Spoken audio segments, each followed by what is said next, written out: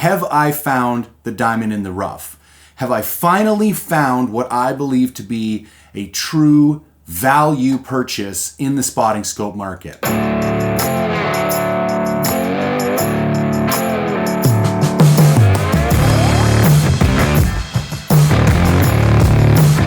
One of the most frequently asked questions I get is, I have X amount of dollars and I need to buy a spotting scope. Which one do I get? And normally what they really mean by that question is, I want a premium spotting scope, but I don't have a premium budget. So what do I buy? Historically, my answer has always been save up money and buy an alpha spotter. You can cut corners with some other glass. I think there's some decent budget binoculars on the market. But when it comes to spotting scopes in particular, they really fall apart in the budget category. So the spotter we're going to look at today is the Maven S3 20-40 by 67 millimeter. As always, we use my traditional scoring mechanism for spotting scopes. So we looked at 4 different classes: descriptive, construction, optics, and viewing performance. And then we looked at 22 different categories: price, resale, weight, origin, warranty, weather resistance, mounting, field of view, magnification, exit pupil, glass quality, lens and coatings, image crispness, low light performance, edge-to-edge clarity, chromatic aberration, focusing ability, and eye box. So we had a better idea of where to place the performance of this spotting scope in relation to some other competitors. What I did was scored this spotter against the Swaro ATS 65 millimeter and the Vortex Razor 65 millimeter. So basically to give us the upper end and the lower end of that category. And in a couple of cases, I also threw in the Swaro ATX, and I'll dive into those reasons when I get to those particular use cases. Now, the other thing that I want to note is that for the Swaro ATS comparison, we are using the 25-50 eyepiece. Now on the surface, a lot of people think the 20-60 eyepiece is better. It's not. The 25-50 eyepiece is the premium eyepiece for the ATS series. You'll notice it's a couple $100 more expensive for very good reason. I'm not sure if it's the actual glass or lens quality that's greater, but the field of view is significantly larger. And actually, it's the only eyepiece you can use that would place it in direct competition with the other spotters in this category. If you use the 20-60, you actually get such a condensed field of view, most other spotters would just walk all over it. So keep that in mind moving forward. Now, there are a couple of key features of this spotter that I think make it significantly different than any other spotter in this price category. And we're gonna get into those as we go through the scoring system. Now, before we get into the results of the scoring system, quick update. I have recently released the 2025 drop from Forged in the Backcountry apparel. I have released custom boxers, a custom waterproof hat, both part of the Forged base series, technical hunting apparel designed for the backcountry hunter. I've also launched 5 new t-shirts, this one here being one of them. And for every $5 you spend at Forged in the Backcountry, you will get 1 entry to win a Swaro ATX 85 millimeter spotting scope. And that is going on until April 30th, 2025. So you head on over, forgedinthebackcountry.com, check out the new Forged base series, check out some of the new t-shirt designs. Anything that you check out with, for every $5 you spend, 1 entry to win the Swaro ATX 85 spotter. All right, let's take a look at price. Cheapest spotter is the Vortex at $1,300. Then we have the Maven, only $500 more at $1,800. And then when we jump up to the Swaro ATS, we go all the way up to $2,880. So for context here, the Swaro is more than $1,000 more expensive than the Maven counterpart. Resale. I tied Vortex and Swaro in first place for resale because having sold multiple optics myself, Swaro and Vortex sell very easily on the used market. I think Maven sells almost as easily as Vortex, but they still don't have the same brand recognition. And even though they say they offer the same warranty, not everybody recognizes that they offer that same warranty. And I want to tell you about a quick update to my scoring system that I made based on some feedback from some viewers. So historically, when I had a tie, for example, in this use case, Swaro and Vortex got tied for first place, I would give the Maven a second place. But it's brought to my attention that in order to be more accurate, I should be giving the Maven third place because first and second place were taken up by that tie. And by doing this, it's actually going to force more separation in the final scores, and it should give us a more clear picture of the winners, the losers, and who falls in the middle. So just wanted to make that update. Really appreciate the feedback I get on the scoring system, and there's always room for improvement. Okay, now let's look at weight. The lightest spotter, Swaro, 50 ounces. Then we got the Vortex Razor at 58 ounces. And then the Maven is coming in at 60 ounces. So the Vortex and the Maven, in my opinion, 58 to 60 ounces, only 2 ounces, not really a deal breaker. This is where the Swaro ATS really stands out and why I didn't use the ATX as the competitor for the 65 mil, because it's significantly heavier. It's 56 ounces. If you really wanted a lightweight 65 millimeter spotter, there is no substitute for the Swaro ATS. But that's why you're going to pay almost $1,100 more for the Swaro ATS than you will for the Maven S3.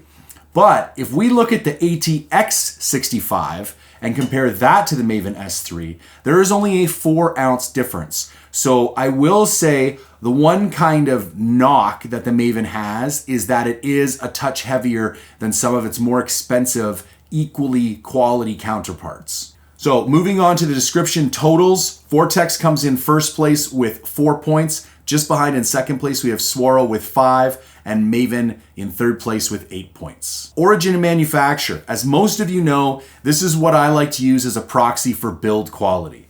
Obviously, Swaro is going to come in at first place, being manufactured in Austria. In second place, we have the Maven components get manufactured in Japan, and then the spotter itself is assembled in the United States. And Vortex, who knows? Roll some dice. Maybe you'll luck out and figure out where a Vortex is made. Vortex does not deem it necessary to tell any of us where any of its products are made.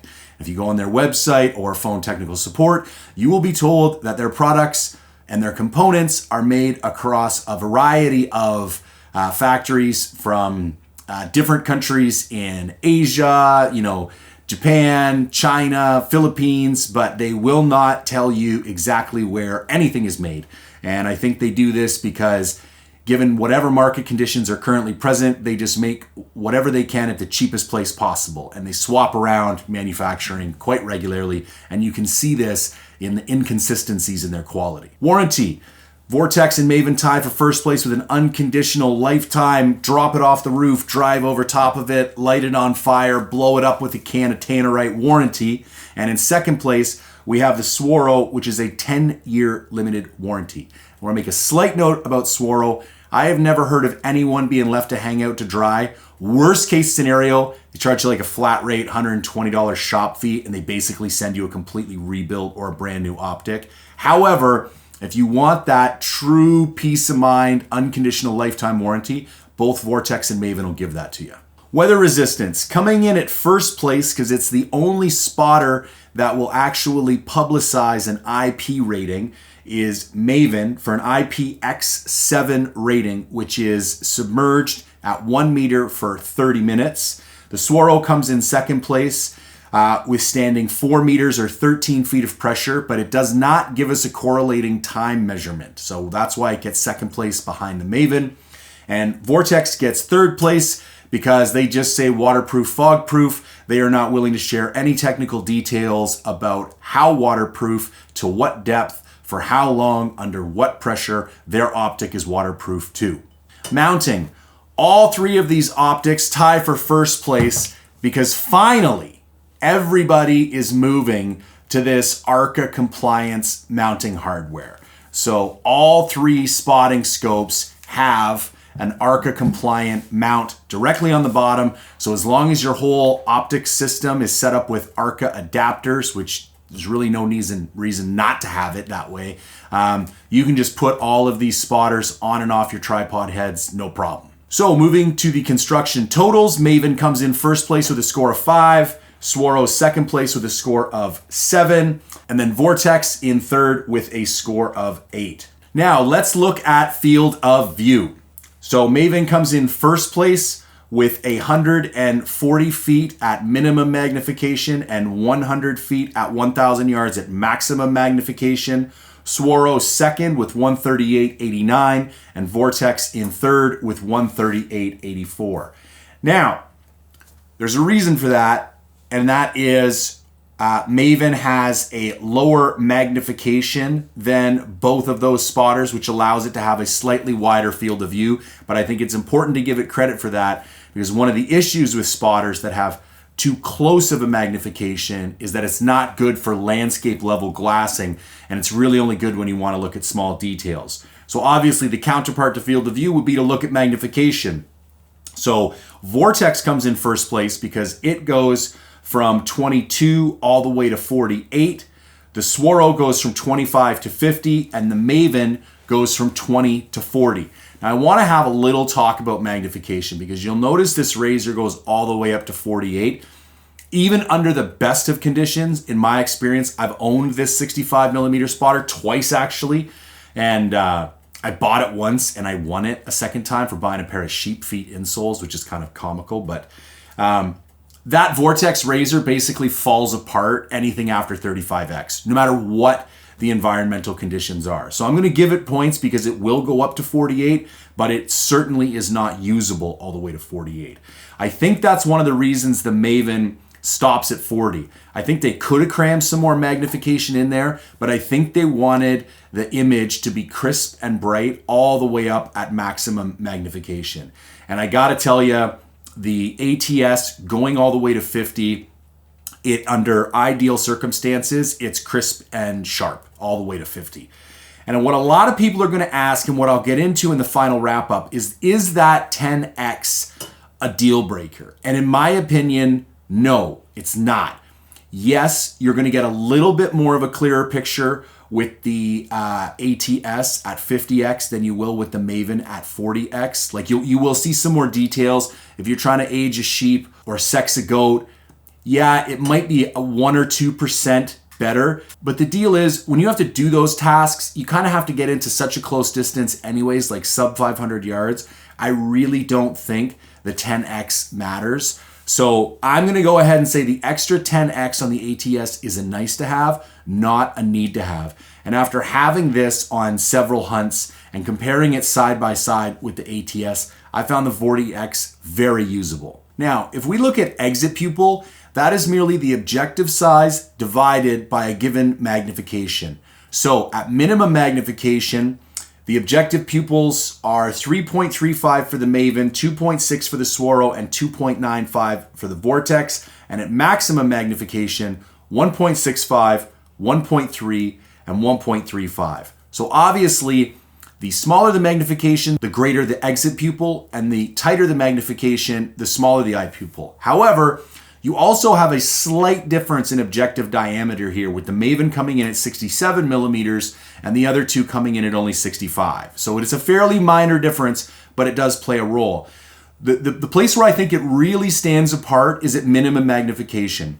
When you have the Maven at 20x with an exit pupil of 3.35 millimeters, you are going to get some early morning and late night glassing sessions that are going to be significantly better than the Swaro ATS at its minimum magnification of 25x, which is only going to give you an exit pupil of 2.6 millimeters. So that's a 0.75 millimeter difference in exit pupil, is a significant difference in the amount of light that these two spotting scopes can gather. So we're starting to get at the heart of why I think this is truly a value buy in the spotting scope market right now. Because on paper, some of the specs are not quite as good as the Swaro ATS, but when you actually start to compare it in the field, you will notice it starts to pull ahead in several very important categories. Moving on to glass quality, this is really the flagship component of this spotter that I think makes it stand out the most, and that's its use of fluorite glass. There are no other spotters on the market in this price range that use a combination of fluorite glass and the quality of the lens coatings that Maven uses. So Vortex has no optics that I know of that are made with any fluorite in their glass. This could be binoculars, spotting scopes. I don't think any of their rifle scopes. I have not been able to find any information. And I haven't found any other spotters in this price category. I know Leupold just dropped a new line. I haven't looked into that yet. Maybe that's somewhat different, but as far as I know, looking at their previous line of spotters in this price range, there was nothing that had fluorite in it. Essentially, their choice to use fluorite glass in this spotting scope is, I think, what sets it apart from all other products in this category at this price range. Looking at the optics class in total, Maven comes in first place at 7, Swaro second place with 8, and Vortex in last place with 9. Instead of doing the typical kind of subjective scoring mechanism that I did with previous spotting scopes, listen, the Swaro is going to be a marginally better viewing experience than the Maven. For sure, I've looked through both, I'm fine saying that. Both of those spotters are significantly better than the Vortex. That I have no problem saying. The question is, how big is the difference between the Maven and the Swaro? And is there a way that we could quantify this that would help us make this purchasing decision? Like, is it really $1,100 better? So here's the deal. I did not have an ATS 65mm to put head to head with this spotter, so I did the next best thing.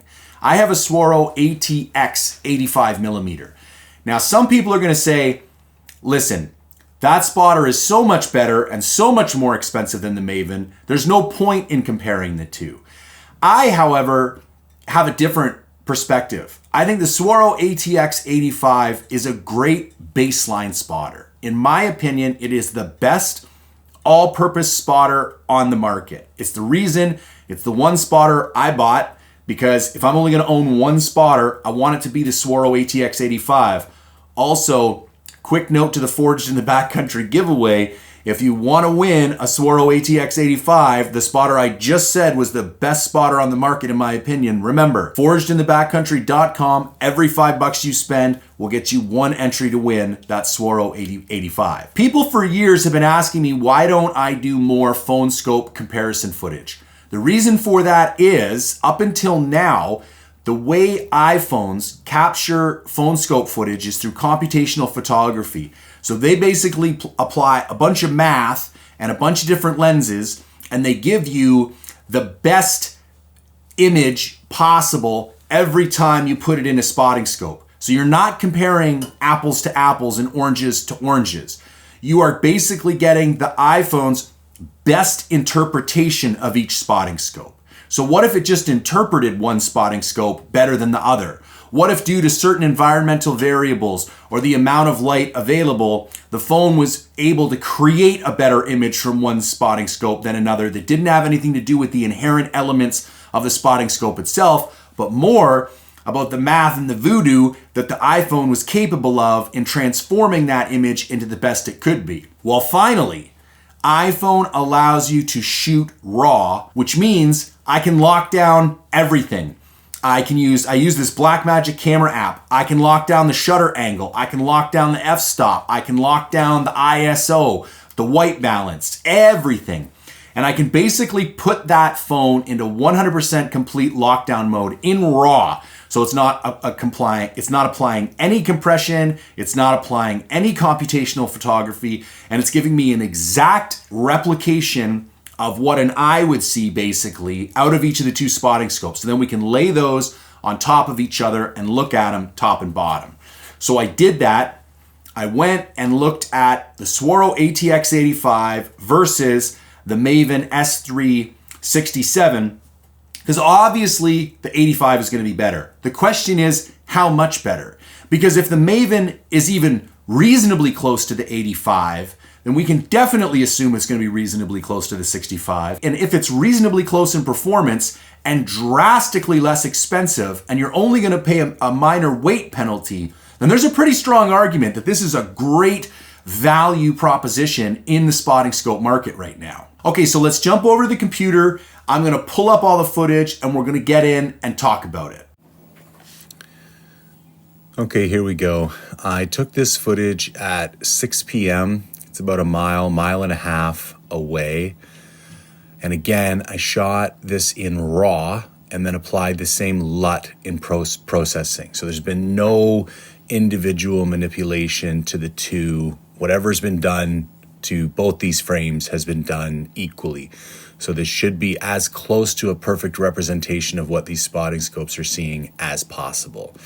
So again, Swaro ATX 85 on the left, Maven S3 67 on the right. Now the first thing I want to draw your attention to is the crispness of the lettering in the center of the screen, the GB on that small C-can looking building. Very close, slight edge to the Swaro for sure, but still a nice image on the Maven. Now, I will say the Maven has like a little bit of, I guess, a blue tint compared to the Swaro. You'll notice the beige tower in the bottom left of the frame. I can comment from looking at it in person. That one on the left is a little bit closer to what it actually looks like. Overall brightness, again, slight edge to the Swaro.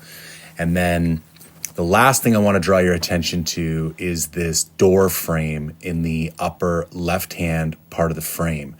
This was my attempt to replicate an animal hiding behind bushes or finding an animal in some bushes, because the frame is kind of behind these bare deciduous trees, and it gives us a chance to see how well the spotting scope kind of delineates the difference between the bushes and the frame. And you can definitely see the frame very clearly in each. The trees are slightly crisper in the Swaro for sure. But again, the door frame is very clear in both. So again, this is not a perfect comparison. The Swaro is a $5,000 spotting scope and the Maven is an $1,800 spotting scope. Like there's no way the Maven is going to be able to compete. We're looking at an 85 millimeter objective compared to a 67 millimeter objective. Significantly different size in eye pupil. However, I do think it is important to note that the Maven really holds its own here, and I think that showcases how well it would stack up against the ATS 65, especially given the difference in price. So now that I've kind of, to be honest with you, I used this illustration in this review more to showcase kind of what I was going to be doing moving forward and kind of work out some of the bugs in the system. I really do believe more head-to-head comparisons will allow us to draw better conclusions. I can fine-tune this process moving forward, but still a valid comparison, and I think it helps us draw some conclusions about the quality of the Maven. So to give a little bit more context, what I tried to do with this head-to-head was specifically look at the low light performance of the two different optics. Because I think when conditions are absolutely ideal, it becomes really difficult to tell the differences between two different optics. And so what I wanted was to kind of push both optics to its limits. Now, I'm still working on a series of other tests because we have lots of things like image crispness, edge-to-edge clarity, chromatic aberration that I think we can develop objective tests for using the raw filming capabilities of the iPhone. But for now, I think the low light performance is a great proxy for the overall optical performance of the two optics. So here's the deal. At the end of the day, the Maven was incredibly impressive. I think it is insanely close to Swaro for the price. Do I think Swaro has a slight edge over Maven? Absolutely. But when it comes to the viewing performance alone, just the optical quality of the two spotting scopes, I think it is way closer than any other spotting scope in this price category at this time. So last week, when I announced I had 3 spots left for bear hunting with me this year. I had a week for 2 guys and a week for 1 guy. It was incredibly popular. I got a ton of emails. That 1 week at the beginning of the season sold out right away. So I still have a spot for a single hunter the first week of June. Also, I talked with my wife.